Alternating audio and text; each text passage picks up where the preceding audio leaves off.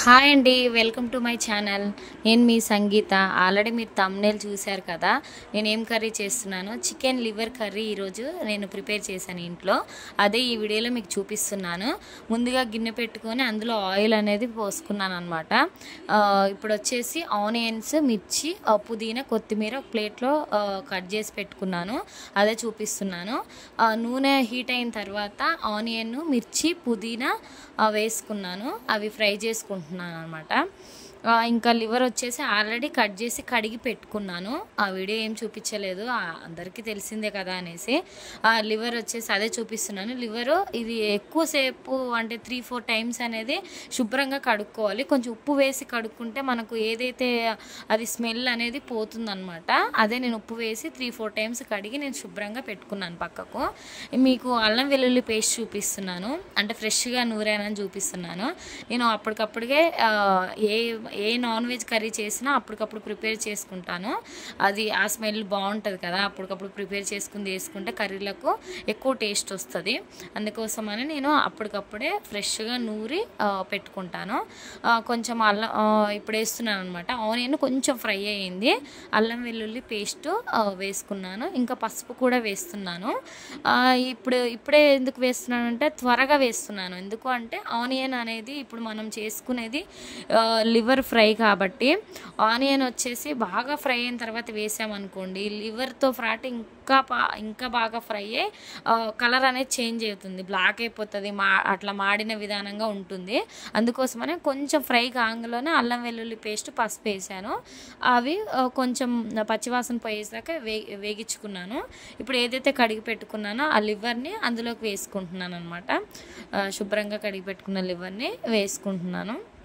వేసుకొని ఇప్పుడు కూడా ఉప్పు దాంతోపాటే వేసుకోవాలి, కలిపి మూత పెట్టుకోవాలి.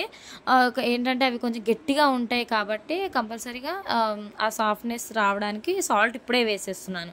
లివర్ వేయగానే సాల్ట్ వేసుకుంటున్నాను. కొంచెం ముక్కకు ఉప్పు పడుతుంది, ఇంకొకటి ఉడుకుతుంది అనమాట. ఏదైతే వాటర్ అంతా వచ్చేసి ఆ వాటర్లోనే మంచిగా ఉడకాలి. లివర్ ఫ్రై కాబట్టి మనం ఎటువంటి వాటర్, టమాటాలు ఎలాంటివి మనం వాడట్లేదు, ఓన్లీ ఆయిల్లోనే. ఇది కూడా మీడియం సైజులోనే మగ్గాలి. లివర్లు ఎప్పుడైనా హైలో పెట్టామనుకోండి మాడిపోతుంది, సిమ్లో పెడితే అది చాలా టైం తీసుకుంటుంది.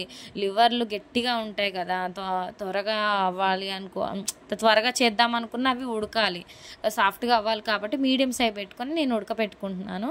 మళ్ళీ మూత పెట్టుకుంటున్నాను, మధ్య మధ్యలో కలుపుకుంటున్నాను. ఆ స్మెల్ మూత తీయగానే స్మెల్ అయితే చాలా బాగా వస్తుంది. ఇంకా ఫ్రెష్గా నూరాను కదా అల్లం వెల్లుల్లి పేస్ట్, అందుకే మీకు నేను ఫస్ట్ అది చూపించాను అనమాట. అది వేస్తుంటే ఆ లివర్లోకి వేయడం వల్ల అది చాలా బాగా స్మెల్ వస్తుంది. అదే మీకు నేను చెప్తున్నాను. అది మాడిపోతూ ఉంటుంది అనేసి మధ్య మధ్యలో మూత తీసి కలుపుకుంటున్నాను, మూత పెట్టుకుంటున్నాను. ఇప్పుడు మంచిగా దగ్గరకు అయ్యింది. ఇప్పుడు కారము, ఇంకా గరం మసాలా, ధనియా పొడి వేసి కలుపుకుంటున్నాను. ఉడికిపోయింది, ఆల్మోస్ట్ ఉడికిపోయింది. ఒక 10 మినిట్స్ అయిపోతుంది అనగా ఏదైతే ఉన్నాయో గరం మసాలా అంతా వేసేసాను. స్మెల్ బాగా వస్తుందని చూపిస్తున్నాను మీకు. ఇంకా మళ్ళీ ఒకసారి మూత తీసి కలుపుకుంటున్నాను. మధ్య మధ్యలో కలుపుతూ ఉండాలి, ఎందుకంటే అడుగు అంటుతూ ఉంటుంది. ఇది లివర్ కాబట్టి నేను మీడియం సైజ్ పెట్టుకున్నాను, అందుకోసమనే మధ్య మధ్యలో కలుపుతూ ఉన్నాను బాగా. ఇప్పుడు లివర్ ఉడికిందా లేదా అని చెక్ చేసుకున్నాను. ఓకే, కొంచెం ఒక 5 మినిట్స్ అలా ఉంచితే సరిపోతుంది అనేసి కలమాకు వేసుకుంటున్నాను. కరివేపాకు లివర్లోకి చాలా బాగుంటుంది, ఏ ఫ్రైలో కన్నా చాలా చాలా బాగుంటుంది, అందుకే కరివేపాకు వేసుకున్నాను. లాస్ట్ అండ్ ఫైనల్ కొత్తిమీర కూడా వేసేసాను. కొత్తిమీర వేసి స్టవ్ ఆఫ్ చేసి కలుపుతున్నాను లివర్ కర్రీ. ఇప్పుడు సర్వింగ్ బౌల్లోకి తీసుకుంటున్నాను అనమాట. ఇంకా అన్నం కూడా ఆల్రెడీ నేను అన్నం వండేసి పక్కన పెట్టుకున్నాను. ఇంకా తినడమే ఆలస్యం అన్నట్టున్నాను నేను. ఆ తినడం వీడియో కూడా మీకు ఒకసారి చూపిస్తున్నాను.